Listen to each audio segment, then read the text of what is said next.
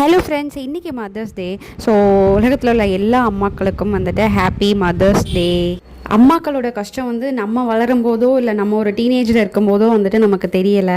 ஆனால் நம்ம வளர்ந்து ஒரு பிள்ளைக்கு அம்மாவானதுக்கப்புறம் தான் நம்மளை எவ்வளோ கஷ்டப்பட்டு வளர்த்துருக்காங்களா அப்படின்னு அம்மாவோட அருமையெல்லாம் வந்துட்டு தெரியுது. நம்ம வந்து நம்ம அம்மாவை இவ்வளோ பாடுபடுத்தியிருக்கோமா அப்படின்னு தெரியாது. ஆனால் இப்போ உள்ள ஜென்ரேஷன் பிள்ளைங்க இருக்கே, அப்பா அவ்வளோ சேட்டை பண்ணுறாங்க.